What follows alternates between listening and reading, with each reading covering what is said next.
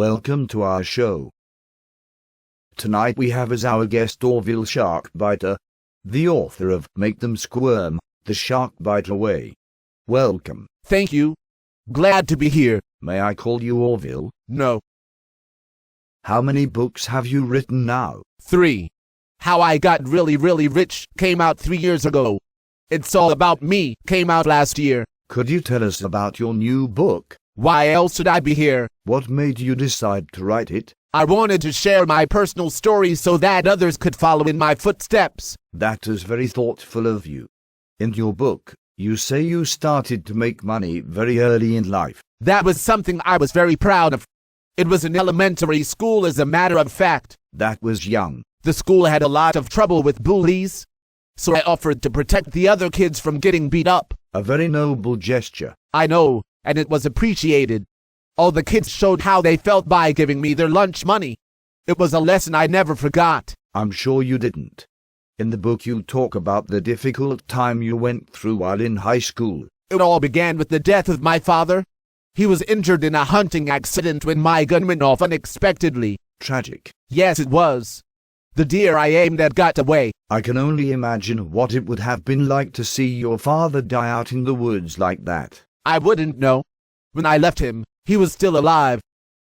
Looking back now, I probably should have taken him to the hospital instead of taking a week off to visit some friends in Florida. Your father's death was not the last of your troubles, was it? No, I'm afraid it wasn't.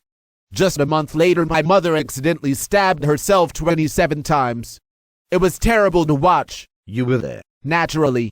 I offered the help, but she insisted she could take care of it.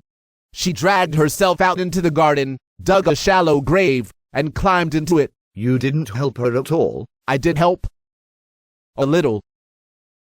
I covered her with dirt. And of course I cleaned the knife. I needed it to finish my dinner. That left you in a tough spot. No parents to help you. Just your wits. Yes. And the $150 million I inherited from my parents. I'll bet the money came in handy. Indeed it did.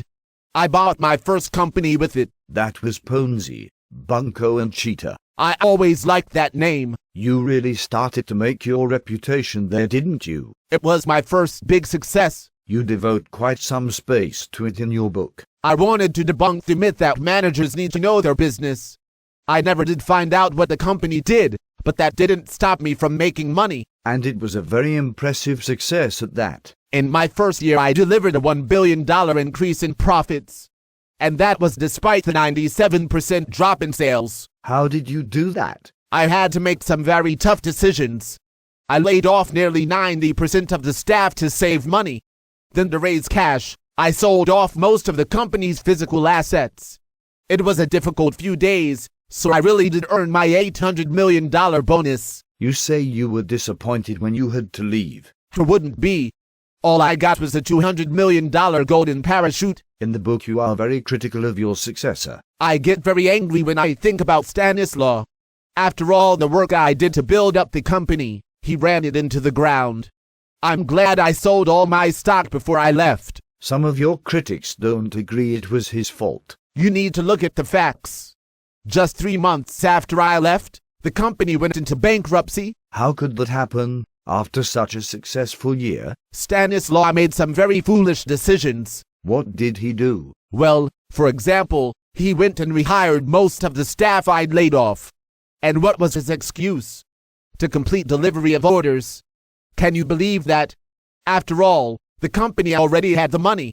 If the customers weren't happy, that was their problem. Amazing. I just couldn't believe it. After many years in the business world, you spent some time in academia. Yes, I did.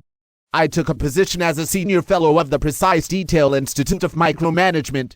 I taught micromanagement skills to executives from all over the world. You felt very proud of what you did. And why not? I made a real contribution to the field of micromanagement while I was there. There was quite a controversy when you left. I hope I don't sound bitter, but the leadership of the institute was impossible to work with. What happened? It was over the color of the pens we used on the whiteboards. What's wrong with green? I think they must have gotten kickbacks from the black ink makers. What about the green ink makers? I wasn't about to let them tell me what to do. After all, I owned all the green ink makers, so I did the telling. What I did was a public service. Speaking of public service, in your book you talk at length about the contributions you made to society. I think my greatest contribution was my work with Perv. That was psychopaths for envy, rage, and vitriol. That's right. As their main spokesperson, I got to highlight the contributions that psychopaths made to society. I have fond memories of that time. A very worthy effort. It certainly was. I was very disappointed when it shut down. Why did it have to shut down? Someone embezzled all its money. Nearly $10,000. I wish I could have done more to prevent that, but as the organization's treasurer and sole signing authority, I just didn't have the power I needed. I'm sure you felt very frustrated. Obviously. I was very relieved when the police arrested the crook. Some of your critics have pointed out that the embezzler only worked for one day 10 years earlier as a janitor. How could he have pulled it off? Picky. That is just a crazy idea. If he didn't do it, who did? Trust me. You know it was just mudslinging to undermine my political career. Could you tell the audience more about your run for office? The failure of my campaign was one of the few setbacks I've had in my life. How could it have happened? It was so obvious even a TV interviewer like you could see why. It was an unholy alliance of special interests. A small group of poor people, rich people, left-wingers, right-wingers, labor groups, corporations, tree huggers, and polluters ganged up on me. They made up a mere 90% of the electorate. I can see how disappointed you were at your loss. You catch on fast.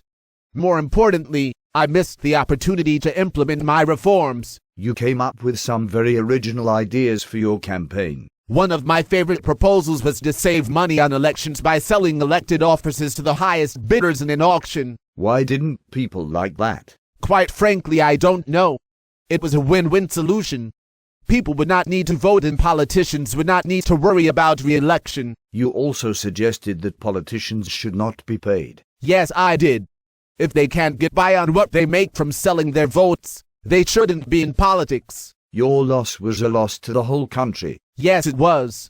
People would be much better off if they just did what I told them to do. Well, this book should change that. Could you share some of your advice? You bet. First, if you lie enough, people will forget what is true. Second, ensure your employees fail most of the time to justify your own salary and bonuses. Third, random abuse and praise is the key to employee motivation. I'm sure the audience will agree with me when I say you have some very unique ideas. I know. What are your plans for the future? Actually, I think I may buy this station. There are things I'd like to change. Oh. One final question. What would you say was the secret to your success? The real key to success is the proper selection of parents. How do you do that? If I told you, it wouldn't be a secret anymore, would it? Thank you very much for joining us tonight, Mr. Sharkbiter. I hope you appreciated it. Please join us tomorrow for another fascinating interview in our series.